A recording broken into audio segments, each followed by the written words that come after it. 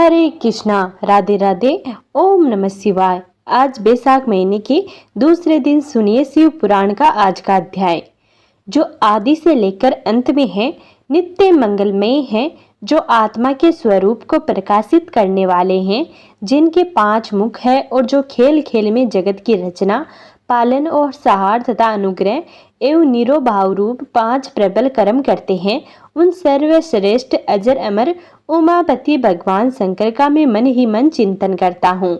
व्यास जी कहते हैं, धर्म का महान क्षेत्र जहाँ गंगा यमुना का संगम है, उस पुण्यमयी प्रयाग जो ब्रह्मलोक का मार्ग है, वहाँ एक बार महातेजस्वी महाभाग महान मुनियों ने विशाल यज्ञ का आयोजन किया।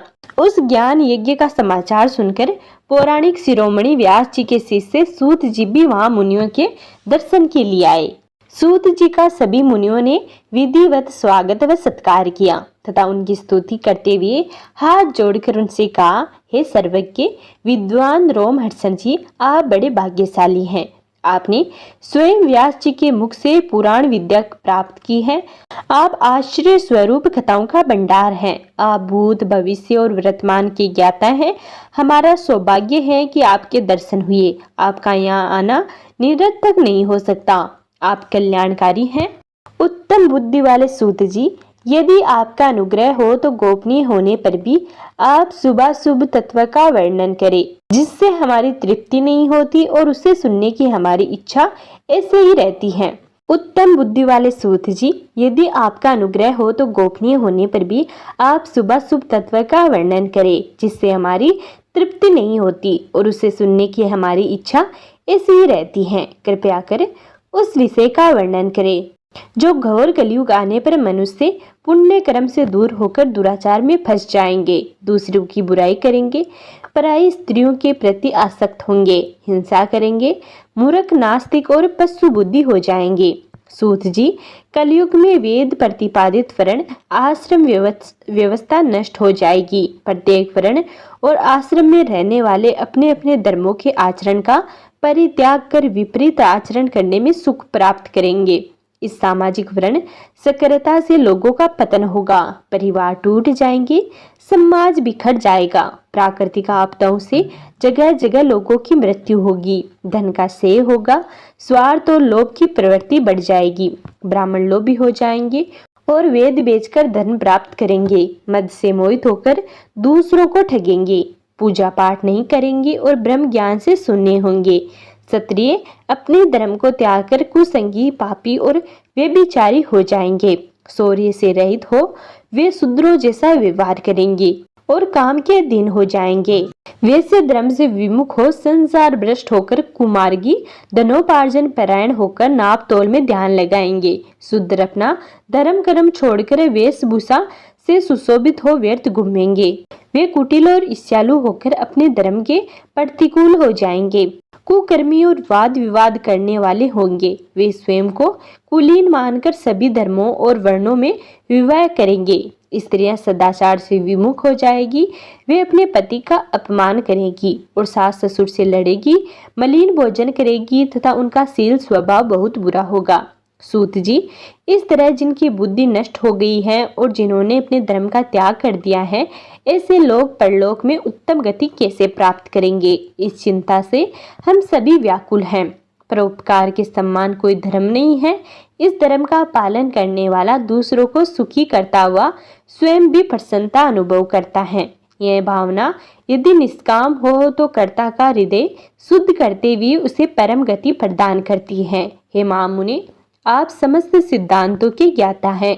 कृपया कर कोई ऐसा उपाय बताइए जिससे हम सबके पापों का तत्काल नाश हो जाए।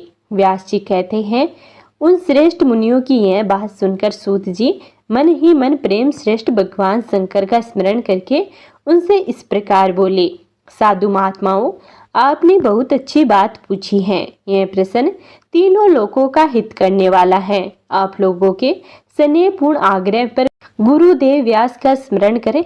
मैं समस्त पाप राशियों से उद्धार करने वाले शिव पुराण की अमृत कथा का वर्णन कर रहा हूँ। ये वेदांत का सारस्व है। यही परलोक में परमार्थ को देने वाला है तथा दुष्टों का विनाश करने वाला है। इसमें भगवान शिव के उत्तम यश का वर्णन है। धर्म, अर्थ, काम और मोक्ष आदि पुरुषार्थों को देने वाला पुराण अपने प्रभाव की दृष्टि से वृद्धि तथा विस्तार को प्राप्त हो रहा है। शिव पुराण अध्ययन से कलयुग के सभी पापों में लिप्त जीव उत्तम गति को प्राप्त होंगे।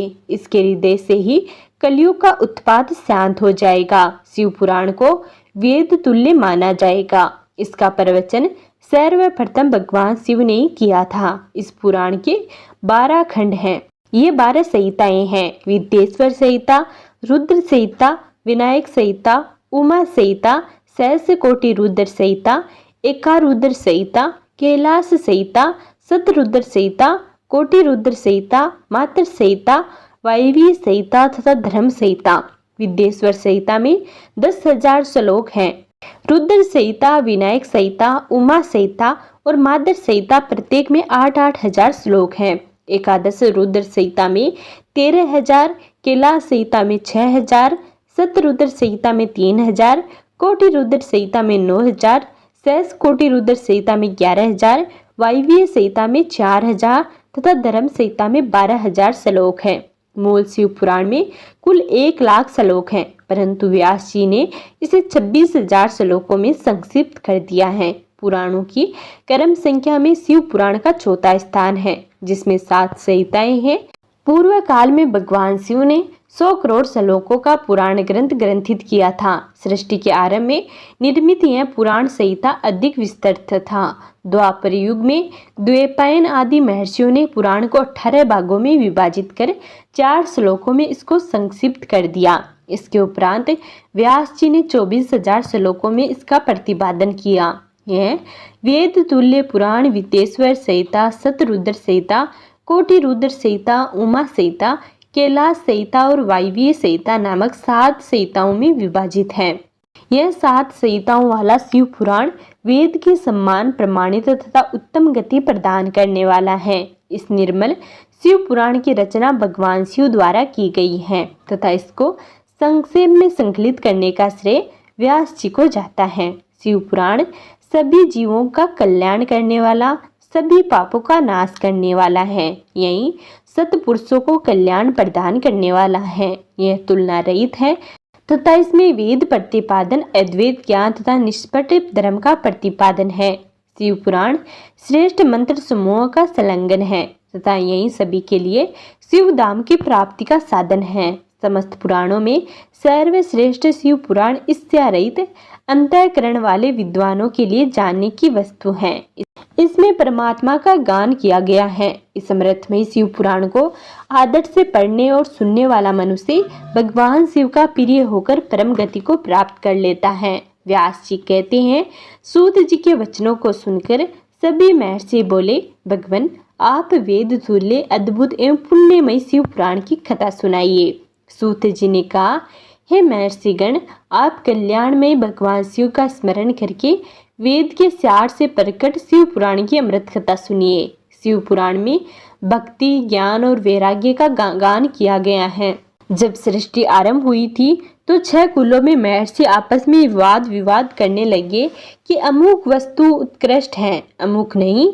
जब इस विवाद ने बड़ा रूप धारण कर लिया तो सभी अपनी शंका के समाधान के लिए सृष्टि की रचना करने वाले अविनाशी ब्रह्मा जी के पास जाकर हाथ जोड़कर कहने लगे, हे प्रभु, आप संपूर्ण जगत को धारण कर उनका पालन पोषण करने वाले हैं। प्रभु, हम जानना चाहते हैं कि संपूर्ण तत्वों से परे परात्पर पुराण पुरुष कौन है। ब्रह्मा जी ने कहा, ब्रह्मा, विष्णु और रुद्र आदि से युक्त संपूर्ण जगत समस्त भूतों एवं इंद्रियों के साथ पहले प्रकट हुआ है। वे देव महादेव ही सर्वज्ञ और संपूर्ण हैं। भक्ति से इनका साक्षात्कार होता है, दूसरे किसी उपाय से इनका दर्शन नहीं होता।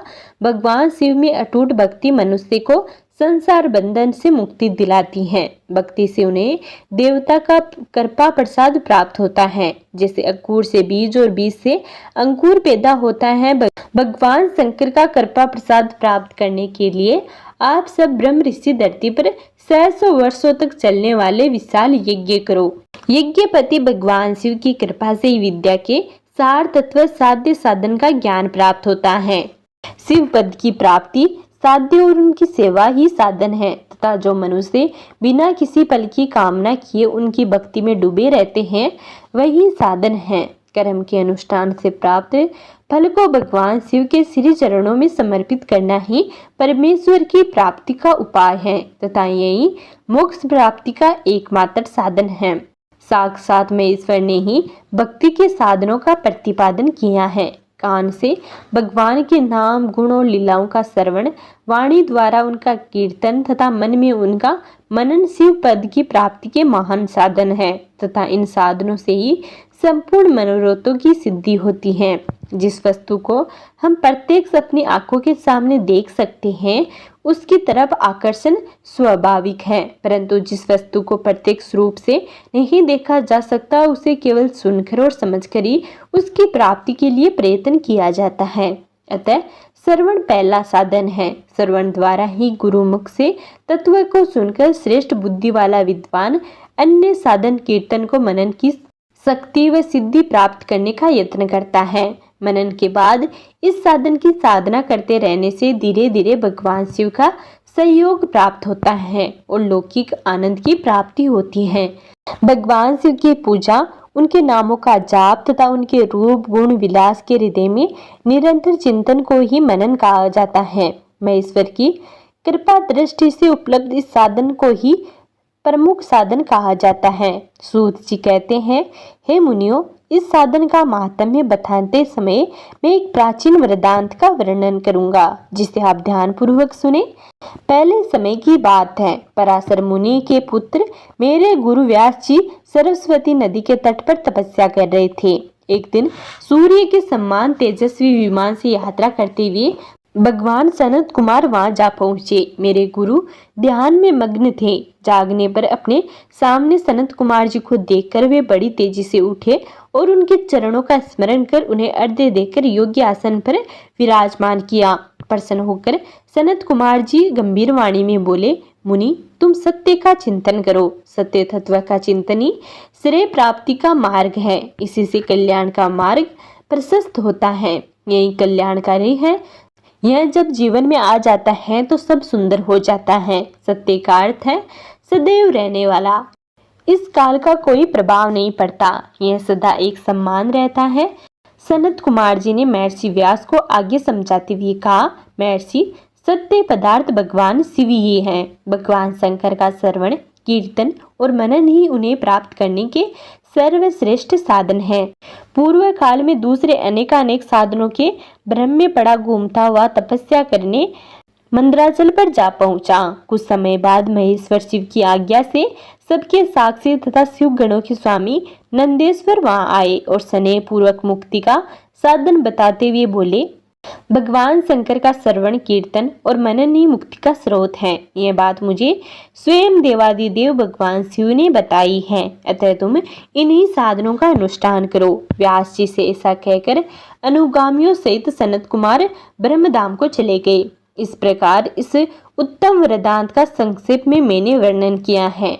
ऋषि बोले, सूत जी, आपने श्रवण, कीर्तन और मनन को मुक्ति का उपाय बताया है, किंतु जो मनुष्य इन तीनों साधनों में असमर्थ हो वह मनुष्य कैसे मुक्त हो सकता है? किस कर्म के द्वारा बिना यत्न के ही मोक्ष मिल सकता है? सूत जी कहते हैं, हे सौनक जी, श्रवण, कीर्तन और मनन जैसे साधनों को करना प्रत्येक के लिए सुगम नहीं है। इसके लिए योग्य गुरु और आचार्य चाहिए। गुरु मुख से सुनी गई वाणी मन की शंकाओं को दग्ध करती है। गुरु मुख से सुने शिव तत्व द्वारा शिव के रूप स्वरूप के दर्शन और गुणानुभावों से रसानुभूति होती है, तभी भक्त कीर्तन कर पाता है। यदि ऐसा करना संभव न हो तो मोक्षार्थी को चाहिए कि वह भगवान शंकर के लिंग एवं मूर्ति की स्थापना करके रोज उनकी पूजा करे। इसे अपनाकर वह इस संसार सागर से पार हो सकता है। संसार सागर से पार होने के लिए इस तरह की पूजा आसानी से भक्ति पूर्वक की जा सकती है। अपनी शक्ति एवं सामर्थ्य के अनुसार धन राशि से शिवलिंग या शिव मूर्ति की स्थापना कर भक्ति भाव से उनकी पूजा करनी चाहिए। मंडप, गोपुर, तीर्थ, मठ एवं क्षेत्र की स्थापना कर उत्सव का आयोजन करना चाहिए तथा पुष्प, धूप, वस्त्र, गंध, दीप तथा पुआ और तरह तरह के भोजन नैवेद्य के रूप में अर्पित करने चाहिए। श्री शिव जी ब्रह्म रूप और निष्कल अर्थात कला रहित भी है और कला सहित भी। मनुष्य इन दोनों स्वरूपों की पूजा करते हैं। शंकर जी को ब्रह्मा पदवी भी प्राप्त है। कलापूर्ण भगवान शिव की मूर्ति पूजा भी मनुष्य द्वारा की जाती है और वेदों ने भी इस तरह की पूजा की आज्ञा प्रदान की है। सनत कुमार जी ने पूछा है, नंदीश्वर, पूर्व काल में उत्पन्न हुए लिंग बेर अर्थात मुनि की उत्पत्ति के संबंध में आप हमें विस्तार से बताइए। नंदीश्वर ने कहा, मुनिवर, प्राचीन काल में एक बार ब्रह्मा विष्णु के मध्य युद्ध हुआ तो उनके बीच स्तंभ रूप में शिव जी प्रकट हो गए। इस प्रकार उन्होंने पृथ्वी लोक का संरक्षण किया। उसी दिन से महादेव जी का लिंग के साथ साथ मूर्ति पूजन भी जगत में प्रचलित हो गया। अन्य देवताओं की साकार अर्थात मूर्ति पूजा होने लगी, जो कि अभिष्ट फल प्रदान करने वाली थी, परंतु शिव जी के लिंग और मूर्ति दोनों रूप ही पूजनीय हैं। नंदीश्वर बोले, पूर्व काल में श्री विष्णु अपनी पत्नी श्री लक्ष्मी जी के साथ शेष शैया पर शयन कर रहे थे। तब एक बार ब्रह्मा जी वहां पहुंचे और विष्णु जी को पुत्र कहकर पुकारने लगे, पुत्र उठो, मैं तुम्हारा ईश्वर तुम्हारे सामने खड़ा हूँ। यह सुनकर विष्णु जी को क्रोध आ गया, फिर भी शांत रहते हुए बोले, पुत्र तुम्हारा कल्याण हो, कहो अपने पिता के पास कैसे आना हुआ। यह सुनकर ब्रह्मा जी कहने लगे, मैं तुम्हारा रक्षक हूँ, सारे जगत का पिता मैं हूँ, सारा जगत मुझ में निवास करता है। तू मेरी नाभि कमल से प्रकट होकर मुझसे ऐसी बातें कर रहा है। इस प्रकार दोनों में विवाद होने लगा। तब वे दोनों अपने को प्रभु कहते कहते एक दूसरे का वध करने को तैयार हो गए। हंस और गरुड़ पर बैठे दोनों परस्पर युद्ध करने लगे। ब्रह्मा जी के वक्ष स्थल में विष्णु जी ने अन्य को अस्त्रों का प्रहार करके उन्हें व्याकुल कर दिया। इससे कुपित होकर ब्रह्मा जी ने भी पलटकर भयानक प्रहार किया। उनके पारस्परिक आघातों से देवताओं में हलचल मच गई। वे घबराए और त्रिशूलधारी भगवान शिव के पास गए और उन्हें सारी व्यथा सुनाई। भगवान शिव अपनी सभा में उमा देवी सहित सिंहासन पर विराजमान थे और मंद मंद मुस्कुरा रहे थे। महादेव जी बोले, पुत्रों, मैं जानता हूँ कि तुम ब्रह्मा विष्णु के परस्पर युद्ध से बहुत दुखी हो। तुम डरो मत, मैं अपने गणों के साथ तुम्हारे साथ चलता हूँ। तब भगवान शिव अपने नंदी पर आरूढ़ होकर देवताओं सहित युद्ध स्थल की ओर चल दिए। वहां छिपकर वे ब्रह्मा विष्णु के युद्ध को देखने लगे। उन्हें जब यह ज्ञात हुआ कि वे दोनों एक दूसरे को मारने की इच्छा से महेश्वर और पशुपात अस्त्रों का प्रयोग करने जा रहे हैं, तो वे युद्ध को शांत करने के लिए महाअग्नि के तुल्य एक स्तंभ के रूप में ब्रह्मा और विष्णु के मध्य खड़े हो गए। महाअग्नि के प्रकट होते ही दोनों के अस्त्र स्वयं ही शांत हो गए। अस्त्रों को शांत होते देखकर ब्रह्मा और विष्णु दोनों कहने लगे कि इस अग्नि स्वरूप स्तंभ के बारे में हमें जानकारी करनी चाहिए। दोनों ने उसकी परीक्षा लेने का निर्णय किया। भगवान विष्णु ने शुकर रूप धारण किया और उसको देखने के लिए नीचे धरती में चल दिए। ब्रह्मा जी हंस का रूप धारण करके ऊपर की ओर चल दिए। पाताल में बहुत नीचे जाने पर विष्णु जी को स्तंभ का अंत नहीं मिला, अतः वे वापस चले आए। ब्रह्मा जी ने आकाश में जाकर केतकी का फूल देखा। वे उस फूल को लेकर विष्णु जी के पास गए। विष्णु जी ने उनके चरण कमल पकड़ लिए। ब्रह्मा जी के छल को देखकर भगवान शिव प्रकट हुए। विष्णु जी की महानता से शिव प्रसन्न होकर बोले, हे विष्णु जी, आप सत्य बोलते हैं, अतः मैं आपको अपनी समानता का अधिकार देता हूँ। नंदीश्वर बोले, महादेव जी ब्रह्मा जी के छल पर अत्यंत कुपित हुए। उन्होंने अपनी तीसरी आंख से भैरव को प्रकट किया और उन्हें आज्ञा दी कि वह तलवार से ब्रह्मा जी को दंड दे। आज्ञा पाते ही भैरव ने ब्रह्मा जी के बाल पकड़ लिए और उनका 5वां सिर काट दिया। ब्रह्मा जी डर के मारे कांपने लगे और उन्होंने भैरव के चरण पकड़ लिए तथा क्षमा मांगने लगे।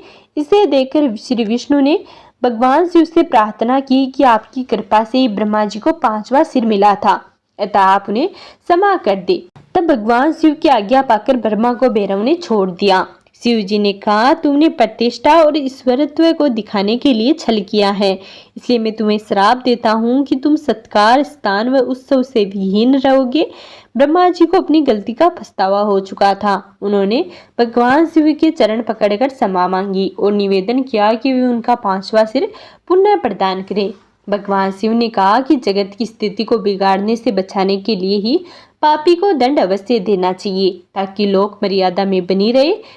मैं तुम्हें वरदान देता हूँ कि तुम गणों के आचार्य कहलाओगे और तुम्हारे बिना यज्ञ पूर्ण नहीं होंगे। फिर उन्होंने केतकी के पुष्प से कहा, अरे दुष्ट केतकी पुष्प, अब मेरी पूजा में अयोग्य रहोगे। अतः केतकी पुष्प बहुत दुखी हुआ और उनके चरणों में गिरकर माफी मांगने लगा। तब भगवान शिव ने कहा, मेरा वचन तो झूठा नहीं हो सकता, इसलिए तू मेरे भक्तों के योग्य होगा। इस प्रकार तेरा जन्म सफल हो जाएगा। नंदीश्वर कहते हैं कि ब्रह्मा और विष्णु भगवान शिव को प्रणाम कर चुपचाप उनके बाएं दाएं भाग में खड़े हो गए। उन्होंने पूजनीय महादेव जी को श्रेष्ठ आसन पर बैठाकर पवित्र वस्तुओं से उनका पूजन किया। दीर्घ काल तक स्थिर रहने वाली वस्तुओं को पुष्प वस्तु तथा अल्प काल तक टिकने वाली वस्तुओं को प्राकृत वस्तु कहते हैं। आहार नुपर, किरयु, किरीट, मणिमय कुंडल, यज्ञोपवीत, उत्तरीय वस्त्र, पुष्पमाला, रेशमी वस्त्र, आहार मुद्रिका, पुष्प, तांबुल, कपूर, चंदन, अगरू का अनुलेप, धूप, दीप, सवेत, छत्र, व्यंजन, ध्वजा, चवर तथा अनेक दिव्य उपहारों द्वारा जिनका वैभव वाणी और मन की पहुंच से परे था, जो केवल परमात्मा के योग्य थे, उनसे ब्रह्मा और विष्णु ने अपने स्वामी महेश्वर का पूजन किया। इससे प्रसन्न होकर भगवान शिव ने दोनों देवताओं से मुस्कुराकर कहा, पुत्र, आज तुम्हारे द्वारा की गई पूजा से मैं बहुत ही प्रसन्न हूँ। इसी कारण यह दिन परम पवित्र और महान होगा। यह तिथि शिवरात्रि के नाम से प्रसिद्ध होगी और मुझे परम प्रिय होगी। इस दिन जो मनुष्य मेरे लिंग अर्थात निराकार रूप की या मेरी मूर्ति अर्थात साकार रूप की दिन रात निराहार रहकर अपनी शक्ति के अनुसार निश्चल भाव से यथोचित पूजा करेगा, वह मेरा परम प्रिय भक्त होगा। पूरे वर्ष भर निरंतर मेरी पूजा करने पर जो फल मिलता है, वह फल शिवरात्रि को मेरा पूजन करके मनुष्य तत्काल प्राप्त कर लेता है। जैसे पूर्ण चंद्रमा का उदय समुद्र की वृद्धि का अवसर है, उसी प्रकार शिवरात्रि की तिथि मेरे धर्म की वृद्धि का समय है। इस तिथि को मेरी स्थापना का मंगलमय उत्सव होना चाहिए। मैं मार्गशीर्ष माह में आद्र नक्षत्र से युक्त पूर्णमासी या प्रतिपदा को ज्योतिमय स्तंभ के रूप में प्रकट हुआ था। इसी दिन जो भी मनुष्य पार्वती सहित मेरा दर्शन करता है अर्थात मेरी मूर्ति या लिंग की झांकी निकालता है, वह मेरे लिए कार्तिकेय से भी अधिक प्रिय है। इस शुभ दिन मेरे दर्शन मात्र से पूरा फल प्राप्त होता है। यदि दर्शन के साथ मेरा पूजन भी किया जाए तो इतना अधिक फल प्राप्त होता है कि वाणी द्वारा उसका वर्णन नहीं किया जा सकता। लिंग रूप में प्रकट होकर मैं बहुत बड़ा हो गया था, अतः लिंग के कारण यह भूतल लिंग स्थान के नाम से प्रसिद्ध हुआ। जगत के लोग इसका दर्शन और पूजन कर सके, इसके लिए यह अनादि और अनंत ज्योति स्तंभ अर्थात ज्योतिमय लिंग अत्यंत छोटा हो जाएगा। यह लिंग सब प्रकार के भोग सुलभ कराने वाला तथा भोग और मोक्ष का एकमात्र साधन है। इसका दर्शन, स्पर्श और ध्यान प्राणियों को जन्म और मृत्यु के कष्ट से छुड़ाने वाला है। शिवलिंग के यहाँ प्रकट होने के कारण यह स्थान अरुणाचल नाम से प्रसिद्ध होगा तथा यहाँ बड़े बड़े तीर्थ प्रकट होंगे। इस स्थान पर रहने या मरने से जीवों को मोक्ष की प्राप्ति होगी। मेरे दो रूप हैं, साकार और निराकार। पहले मैं स्तंभ रूप में प्रकट हुआ, फिर अपने साक्षात रूप में। ब्रह्मा भाव मेरा निराकार रूप है तथा महेश्वर भाव मेरा साक्षात रूप है। ये दोनों ही मेरे सिद्ध रूप हैं। मैं ही परब्रह्मा परमात्मा हूँ। जीवों पर अनुग्रह करना मेरा कार्य है। मैं जगत की वृद्धि करने वाला होने के कारण ब्रह्मा कहलाता हूँ। सर्वत्र स्थित होने के कारण मैं ही सबकी आत्मा हूँ। सरंग से लेकर अनुग्रह तक जो जगत संबंधी पांच कृत्य हैं, वे सदा मेरे ही हैं। मेरी ब्रह्म रूपता का बोध कराने के लिए पहले लिंग प्रकट हुआ, फिर अज्ञात ईश्वरत्व का साक्षात्कार कराने के लिए मैं जगदीश्वर रूप में प्रकट हो गया। मेरा सकल रूप मेरे ईश्वरत्व का और निष्कल रूप मेरे ब्रह्म स्वरूप का बोध कराता है। मेरा लिंग मेरा स्वरूप है और मेरी सामित्व की प्राप्ति कराने वाला है। मेरे लिंग की स्थापना करने वाले मेरे उपासक को मेरी समानता की प्राप्ति हो जाती है तथा मेरे साथ एकत्व का अनुभव करता हुआ संसार सागर से मुक्त हो जाता है। वह जीते जी परमात्मा की अनुभूति करता हुआ संसार का त्याग कर शिवलोक को प्राप्त होता है, अर्थात मेरा ही स्वरूप हो जाता है। मूर्ति स्थापना लिंग की अपेक्षा गौण है। ये उन भक्तों के लिए है जो शिव तत्व के अनुशील में सक्षम नहीं है। ब्रह्मा और विष्णु ने पूछा, प्रभु सृष्टि आदि 5 कृत्यों के लक्षण क्या हैं? ये हम दोनों को बताइए। भगवान शिव बोले, मेरे कृत्यों को समझना अत्यंत गहन है, तथापि मैं कृपा पूर्वक तुम्हें बता रहा हूँ। सृष्टि, पालन, संहार, तिरोभाव और अनुग्रह मेरे जगत संबंधी 5 कार्य हैं जो नित्य सिद्ध है। संसार की रचना का आरंभ सृष्टि कहलाता है। मुझसे पालित होकर सृष्टि का सुस्थिर रहना उसका पालन है। उसका विनाश ही संहार है। प्राणियों के उत्करण को तिरोभाव कहते हैं। इन सबसे छुटकारा मिल जाना ही मेरा अनुग्रह अर्थात मोक्ष है। ये मेरे 5 कृत्य हैं। सृष्टि आदि 4 कृत्य संसार का विस्तार करने वाले हैं। 5वां कृत्य मोक्ष का है। मेरे भक्तजन इन 5 कार्यों को 5 भूतों में देखते हैं। सृष्टि धरती पर, स्थिति जल में, सार अग्नि में, तिरोभाव वायु में और अनुग्रह आकाश में स्थित है। पृथ्वी से सबकी सृष्टि होती है। जल से वृद्धि होती है। आग सबको जला देती है। वायु एक स्थान से दूसरे स्थान पर ले जाती है। इन 5 कृत्यों पर बाहर वहन करने के लिए ही मेरे 5 मुख हैं। 4 दिशाओं में 4 मुख और इनके बीच में 5वां मुख है। पुत्रों, तुम दोनों ने मुझे तपस्या से प्रसन्न कर सृष्टि और पालन 2 कार्य प्राप्त किए हैं। इसी प्रकार मेरी विभूति स्वरूप रुद्र और महेश्वर ने संहार और तिरोभाव कार्य मुझसे प्राप्त किए हैं, परंतु मोक्ष में स्वयं प्रदान करता हूँ। मैंने पूर्व काल में अपने सर्वरूप भूत मंत्र का उपदेश किया है, जो ओकार रूप में प्रसिद्ध है। यह मंगलकारी मंत्र है। सर्वप्रथम मेरे मुख से ओकार प्रकट हुआ, जो मेरे स्वरूप का बोध कराता है। इसका स्मरण निरंतर करने से मेरा ही सदा स्मरण होता है। मेरी उत्तरवर्ती मुख से आकार का, पश्चिम मुख से उकार का, दक्षिण मुख से मकार का, पूर्ववर्ती मुख से बिंदु का, मध्यवर्ती मुख से नाद का पुष्टिकरण हुआ है। इस प्रकार इन 5 अवयवों से ओकार का विस्तार हुआ है। इन 5 अवयवों के एकाकर होने पर प्रणव ओम नामक अक्षर उत्पन्न हुआ। जगत में उत्पन्न सभी स्त्री पुरुष इस प्रणव मंत्र में व्याप्त है। यह मंत्र शिव शक्ति दोनों का बोधक है। इसी से पंचाक्षर मंत्र ओम नमः शिवाय की उत्पत्ति हुई है। यही मेरे साकार रूप का बोधक है। इस पंचाक्षर मंत्र से मात्र का वर्णन प्रकट हुआ है, जो 5 वेद वाले हैं। इसी से शिरो मंत्र सहित त्रिपदा गायत्री का पाठ्य हुआ है। इस गायत्री से संपूर्ण वेद प्रकट हुए और उन वेदों से करोड़ों मंत्र निकले। उन मंत्रों से विभिन्न कार्यों की सिद्धि होती है। इस पंचाक्षर प्रणव मंत्र से सभी मनोरथ पूर्ण होते हैं। इस मंत्र से भोग और मोक्ष दोनों प्राप्त होते हैं। नंदीश्वर कहते हैं, जगदम्बा उमा गौरी के साथ बैठे महादेव ने उत्तरवर्ती मुख में बैठे ब्रह्मा और विष्णु को पर्दा करने वाले वस्त्र से आच्छादित कर उन्हें मस्तक पर अपना हाथ रखकर धीरे धीरे उच्चारण कर उन्हें उत्तम मंत्र का उपदेश दिया। नंदीश्वर कहते हैं, जगदम्बा उमा गौरी पार्वती के साथ बैठे महादेव ने उत्तरवर्ती मुख में बैठे ब्रह्मा और विष्णु को पर्दा करने वाले वस्त्र से आच्छादित करके उनके मस्तक पर अपना हाथ रखकर धीरे धीरे उच्चारण करने उन्हें उत्तम मंत्र का उपदेश दिया। 3 बार मंत्र का उच्चारण करके भगवान शिव ने उन्हें शिष्य के रूप में दीक्षा दी। गुरु दक्षिणा के रूप में दोनों ने अपने आप को समर्पित करते हुए दोनों हाथ जोड़कर उनके समीप खड़े हो गए। जगत गुरु भगवान शिव की इस प्रकार स्तुति करने लगे। ब्रह्मा विष्णु बोले, प्रभु आपके साकार और निराकार 2 रूप हैं। आप तेज से प्रकाशित हैं। आप सबके स्वामी हैं। आप सर्वात्मा को नमस्कार हैं। आप प्रणव मंत्र के बताने वाले हैं।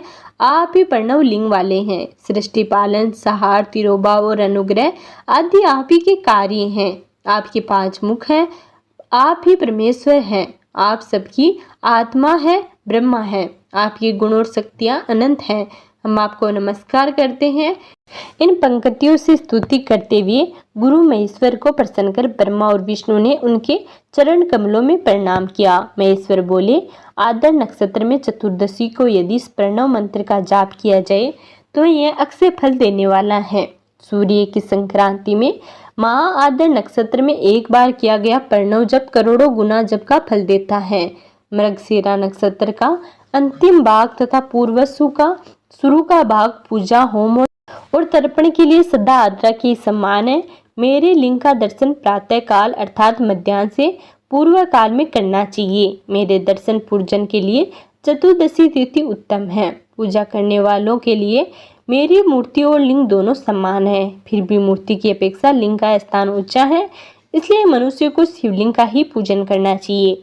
लिंग का ओम मंत्र से और मूर्ति का पंचाक्षर मंत्र से पूजन करना चाहिए।